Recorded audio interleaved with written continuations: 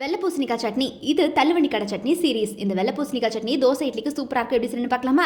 எண்ணெய் ஹீட் ஆனதுக்கப்புறம் கடலைப்பருப்பு உளுந்தம்பருப்பு வேணுங்கிறவங்க போட்டுக்கோங்க. நம்ம இங்கே ஆட் பண்ணாமல் வரமிளகா பச்சை மிளகா ஆட் பண்ணிக்கிறோம் காரத்துக்கு தேவையான அளவுக்கு. அப்புறம் 4-5 பல் பூண்டு ஆட் பண்ணிக்கலாம். ஸோ இந்த மாதிரி 4-5 பல் பூண்டு வரமிளகா பச்சை மிளகாலாம் நல்லா வதக்கி எடுத்துட்டு நம்ம கட் பண்ணி வச்சிருக்கிற இந்த தக்காளி 1-2 பதமாகவே கட் பண்ணி எடுத்து ஆட் பண்ணிக்கோங்க. நம்ம அரைக்க தான் போகிறோம் கடைசியில், அதனால இந்த மாதிரி ஆட் பண்ணி நல்லா தாளிச்சு எடுத்துக்கோங்க.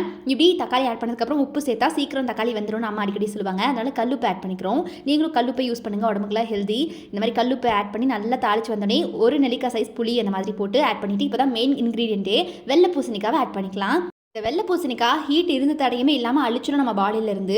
இதை ஜூஸாக கூட போட்டு குடிக்கலாம், இல்லை சும்மா சர்க்கரையோடு தொட்டு கூட அப்படியே பச்சையாக சாப்பிடுவாங்களா அந்த மாதிரி சாப்பிட்லாம். இந்த வெள்ளை பூசணிக்காய் நல்லா தண்ணி விடுற காய் தான், குக்குமர் மாதிரி தான். ஸோ நல்லா இது மாதிரி தண்ணி விட்டு டொமேட்டோட வேக வச்சு 10 நிமிஷம் கழித்து ஆற விட்டு எடுத்து அரைச்சி எடுத்துக்கலாம். ஸோ பேஸ்ட் ஃபார்மேட்டுக்கு இப்படி அரைச்சி எடுத்துட்டு தாளிப்பு யூஸ்வல் தான். தாளிப்புக்கு சும்மா கடுகு கருவேப்பிலை தான் அம்மா ஆட் பண்ணியிருக்காங்க. வேணுங்கிறவங்க உளுந்தம்பருப்பு கடலை பருப்புலாம் ஆட் பண்ணலாம், நம்ம இங்கே பண்ணலை.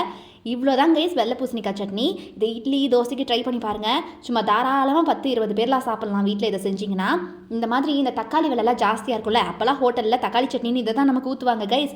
எப்படி உனக்கு தெரியும்னு கேட்பீங்க. 90s காலகட்டத்திலேருந்து ஹோட்டல் நடத்தின ஒருத்தரே நமக்கு இந்த ரெசிபியை சொல்லிக் கொடுத்தாங்க.